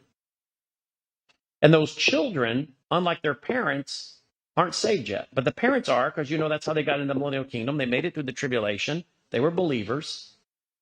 They physically survived. They're in the millennial kingdom now, and they're having children, and they're having millions of them. And these kids need someone to train them and teach them about the Bible and about me. And I need someone to deal with those who do not want to conform to my character and nature as I rule with a rod of iron. Now, I want you to go over and I want you to take care of and oversee this country right here. This is your job. Here are your marching orders. Go do it. I don't know about you, but I think that would be an amazing job to have the Lord God himself look at your resume and say, based on what you did on earth, I want you to serve in this role for me as your king. Do we talk like this today? Do you hear pastors telling you this today? That what we're doing right now has eternal value and could have us doing things that we can't even comprehend the joy that we will have in doing these things for the King of Kings and Lord of Lords. So much of what we do in this life brings pleasure for a period of time, but eventually the new car gets a scratch. The new house, well, eventually the roof needs replacing, or the plumbing starts to leak. There's so few things in this life that bring any kind of real pleasure, even after you sought them for years. But I am convinced that one of the greatest joys will be serving Him, but that's going to be dependent on what am I doing now. I'm not talking salvation. That's a gift of God, lest anyone should boast. We're simply talking about where are we at, not in our justification, that's instant. Where are we at in our sanctification? What are we doing? And so I want to challenge you. You're going to see things start to unfold in a way you've never seen them. I've never seen them. And we have to make the decision, are we going to be demoralized or are we going to be emboldened? Because we have people that are now finally turning to our network and listening to what we're saying because they're saying, this guy, he not only understands and talks about what's happening politically and economically and culturally, but he keeps bringing it back to the Bible. And I want to understand these things and have the kind of peace that he has, even in the midst of all this. People say to me all the time, how do you do your job and sleep? Very well, thank you. Because I understand the big picture of where we're going and what my role is. It's really not that complicated when you study as we have done together and we realize what it is we're doing and what it is we're really working for and toward. And so we have an opportunity now like never before. Logan will tell me in my ear, right now we have the highest radio audience we have ever hit on social media. I can't tell what's going on the station, so that's unmeasurable. But when they dial onto something with an app or any of these platforms, we can see these numbers. You today was your largest radio audience you've ever had. You're talking to right now. You told me that the other day. Your largest audience since Charlie Kirk was murdered. This is your largest TV audience tonight. You just hit a record since we bombed Iran. We keep going up, and we keep going up, and we keep going up. Why? I can only believe because we're not compromising. We're speaking the truth. We're not trying to destroy individuals. We're destroying arguments. Back to our opening verse. And people are looking for someone that has conviction, that has character, that is a leader. They're looking for a leader. Isn't the world looking for a leader? And many are going to follow one, the Antichrist.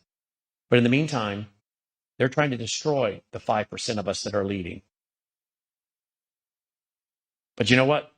It says in Romans, the suffering of this present time is not worthy to compare to the glory that shall be revealed in us. Let's battle for these minds. Understand that they're victims. They're being put through a psychological process. Many of them are being put into positions so that they will do things that will numb their conscience, cause them to have internal conflict. And then they look for a solution. We have the solution. The question is, are we putting ourselves in positions to answer their questions? All who desire to live godly in Christ Jesus will suffer persecution. Yeah, it's going to happen. We're going to be the enemy. Galatians says, become your enemy because I tell you the truth. Yep. But you know what? There are many people, we've seen it, many people who were once our enemy that are now our friends. And if we had cowed to the pressure, if we had compromised, they would have never heard the truth. And that would be on us. Build your resume. Get ready to serve in a kingdom that will never let you down with a king who gave his life for you. Our gracious Heavenly Father, we thank you for the opportunity to look at what's happening in our country and our world, to bring a Christian worldview to bear on it, to understand this battle for the mind, that real spiritual warfare is destroying these lies, these arguments, the philosophies of men that are cheating people. That as we are out here engaging in the arena of ideas and taking advantage of what freedoms we still have, that we don't want to destroy the individual. We want to destroy their ideas. We want to win the individual and to win some way. And we can't win everyone. A man convinced against his will is a man of the same opinion still. But may we at least get on the battlefield and engage.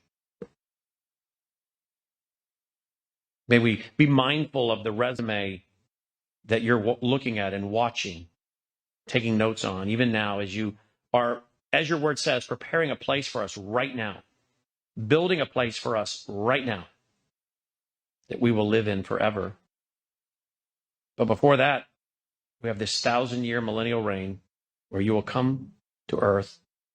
You will defeat the enemies, the Antichrist, the false prophet, Satan, set up your righteous kingdom, and then begin to read the resumes of your saints and assigning them to the places that you desire. May we look beyond this world to the next. We thank you for allowing us to be a part of your future kingdom through simply trusting, believing on you and your death, your burial, and your resurrection. It is with great anticipation that we say, even so, Lord Jesus, quickly come, and night shall be no more. But may we, in the meantime, have a heart and a passion to battle for the minds. As, well, others battled for our heart and our mind, shared Christ with us, and brought us to a place we're here today. And we give you all the honor and glory. In your holy name we pray, Jesus Christ. And all God's people said, amen. All right.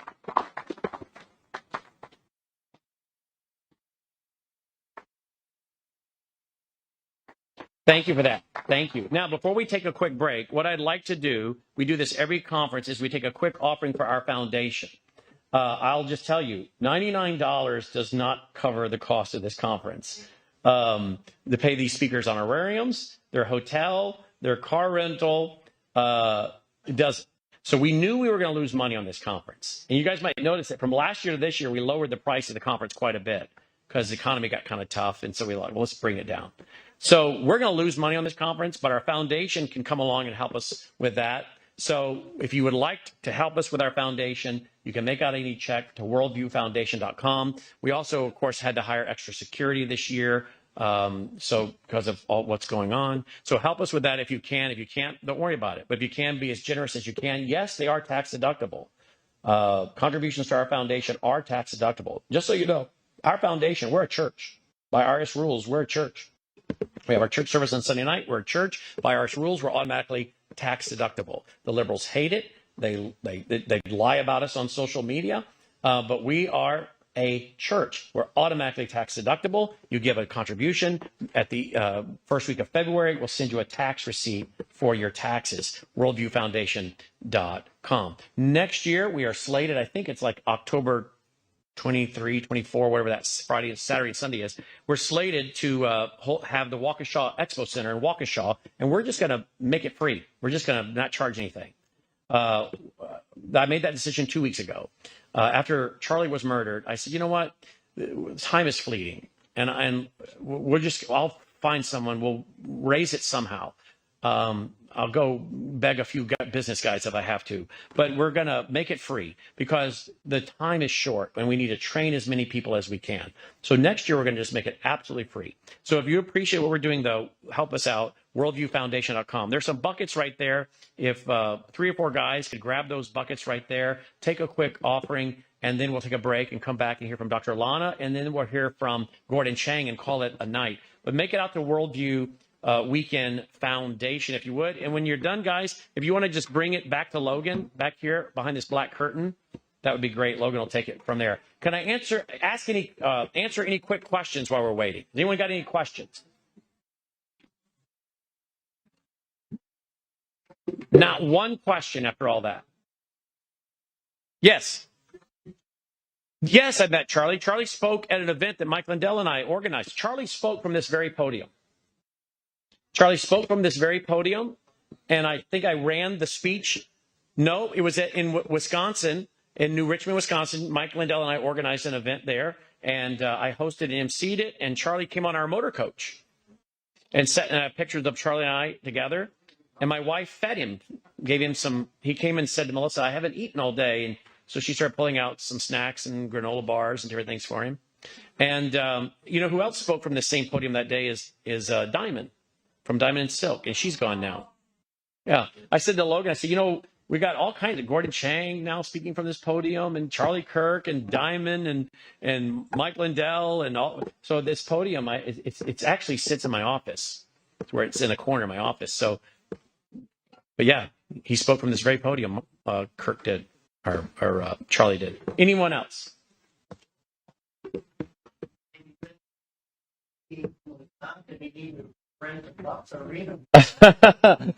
I'll be happy to fill the Waukesha Expo Center. Although we had 1,000 people up there in April. I think we will too. I pray we will. Well, that would be something to reach for, wouldn't it? Now, the Bucks, what's that? The basketball? I know you've got the Packers up there. I didn't know if that was a... Okay. I saw a hand over here. Yes. Whew. Well, I was talking with Chris about that. You know, yeah.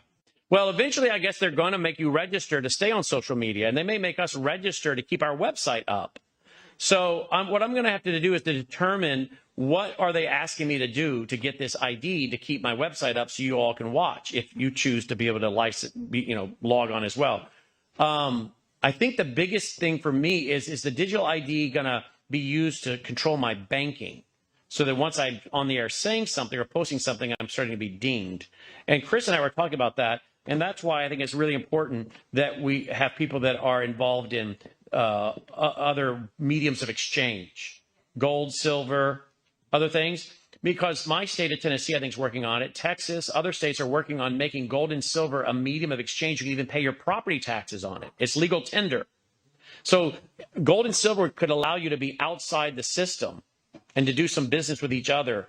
And I think I got a lot of freeze-dried food myself, and I've told you before, I have a lot more than I need because I plan on, if I need it, to barter with it, right? So I'm looking for things that are necessities that will last, that I can barter with, so that I can do business with people outside that system and avoid it for as long as I can, if maybe indefinitely. But at some point, I don't know. I don't know if this is going to be what breaks up the country, where you have states like Tennessee and Arkansas, Mississippi, others say we're not doing this, we're not going this way. I don't know. But I'm going to resist it. I don't have the real ID. I mean, I'm sure some of you had the real IDs. You get on an airplane and all that, right? But I don't have the real ID yet. But when I was at the White House reporting in April or May, they said to me, now, if you want to come back and report, you can. We have you on the list here, and we know who you are. We've done your background check and all that. Just call us up and tell us you want to come back and report, and we can get you approved to come back in. But you will not be able to come back in without a real ID next time.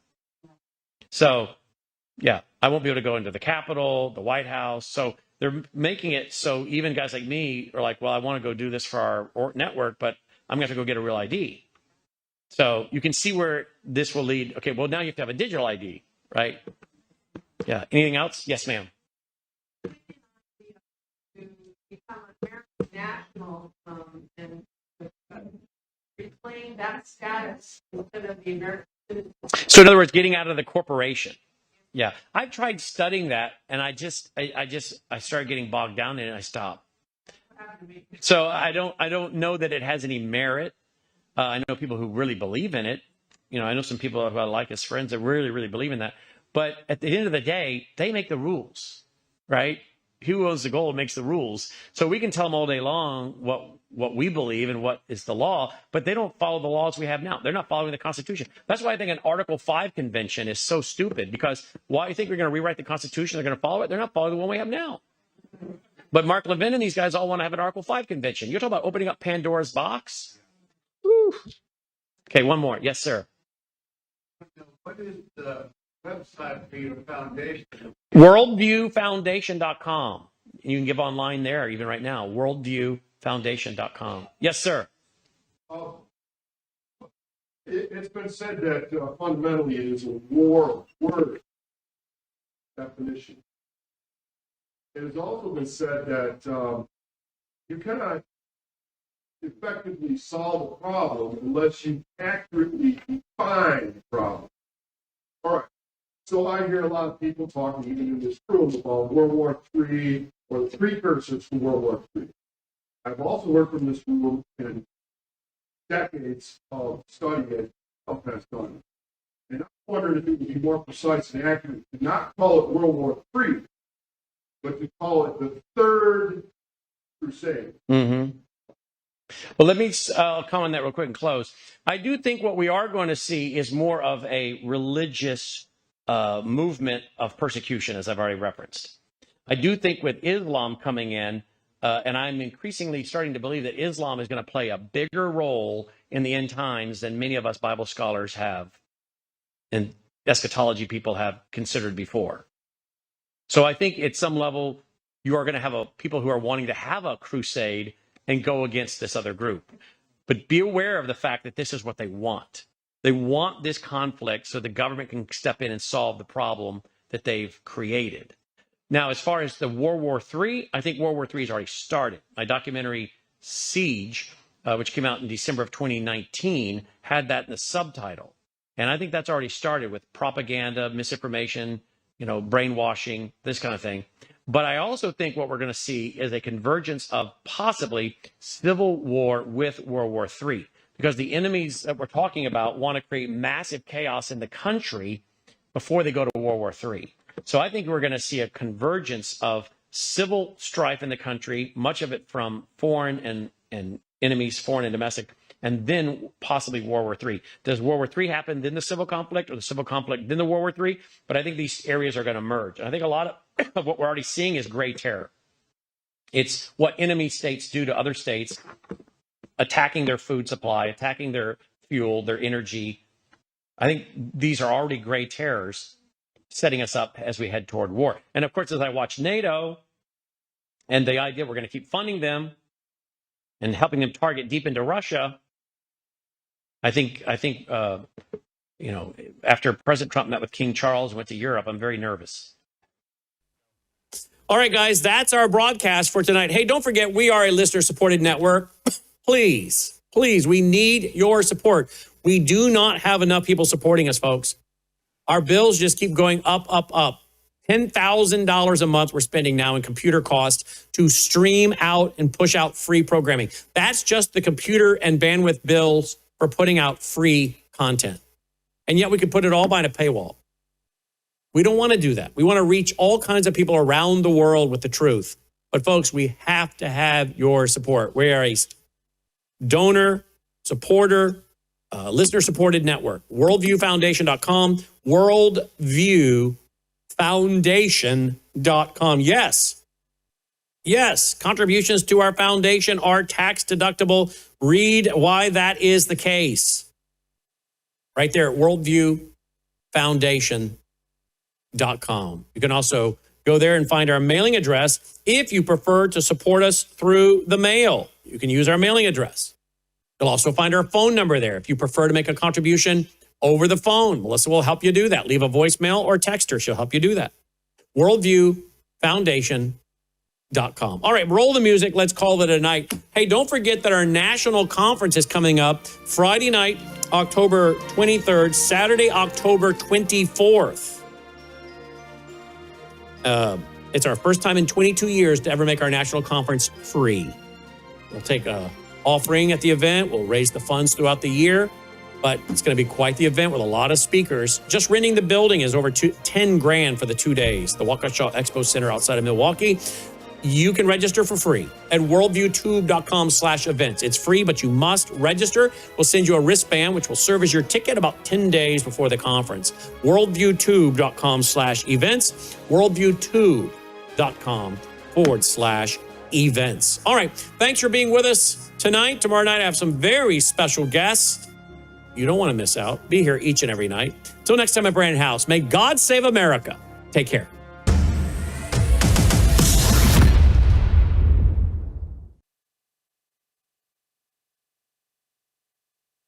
Tonight on the Worldview Weekend Hour, we continue our series through the book of Daniel. Tonight, lesson 12, the king who lost his mind until he found God. The Worldview Weekend Hour begins right now.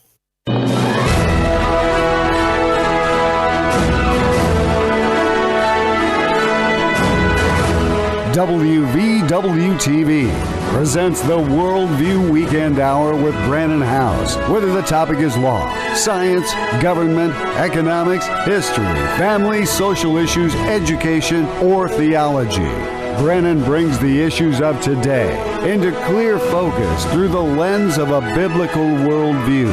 And now, here is your host, Brannon Howse. And welcome to the Worldview Weekend Hour on this Sunday night, May 3rd, 2026. May 3rd, 2026. Glad you are with us tonight as we continue our study through the book of Daniel. Tonight, lesson 12. Lesson 12, and I have titled tonight's lesson, The King Who Lost His Mind Until He Found God. If you have a Bible, go with us, if you would, to Daniel chapter 4, verse 1. Daniel chapter 4, verse 1. And if you don't have a Bible, we'll read it, put it up on the screen as well. And tonight we're going to basically learn three things from Daniel 4. One, the fear of the Lord is the foundation of wisdom. The fear of the Lord is the foundation of wisdom. Pride is the doorway to destruction. And then 3, repentance is the pathway to restoration. Go with me, if you would, please, to Daniel chapter 4. Let's begin with verse 1. Nebuchadnezzar, the king to all peoples, nations, and languages that dwell in all the earth. Here is the king putting out a proclamation, a public decree, or a state paper, if you will. And he says there that it is to all the peoples, nations, and languages that dwell on the earth. Well, did he rule the whole world? No, but he sure ruled an awful lot of it. Dr. Constable, writing on this in his commentary on Daniel, says, quote, the fact that Nebuchadnezzar addressed what follows to everyone living on the earth, even though he did not rule over the entire earth, should not be a problem. This was the universal language that he customarily used. He did, in fact, rule over a very large portion of the ancient world, end quote. And then it says that in his decree, peace be multiplied to you. I thought it good to declare the signs and wonders that the Most High God has worked for me. How great are his signs and how mighty his wonders. His kingdom is an everlasting kingdom, and his dominion is from generation to generation. Now, this is the decree that he put out. One looking at that right now would think, well, wait a minute, is this the King Nebuchadnezzar that threw Shadrach, Meshach, and Abednego into the fiery furnace? We had no indication at the end of Daniel chapter 3 that he had become a believer, because he was still talking about their gods. And there seems to be a God walking among them. We had no indication that he was a believer, that he just simply added God to his many lists of gods as a polytheist. But his language is now changing. And he says in this decree or public proclamation that he thought it good to declare the signs and wonders of the Most High God, the highest God. Wait a minute, is he still believing in multiple gods, and now this is just the highest? Well, theologians debate, people debate. Did he ever come to a saving knowledge? Well, you're going to have to make that determination yourself. Only God knows.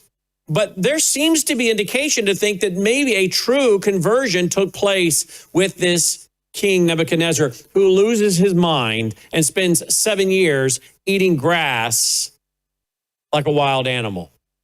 But in this public decree or proclamation, he says, how great are his signs and how mighty his wonders. His kingdom is an everlasting kingdom.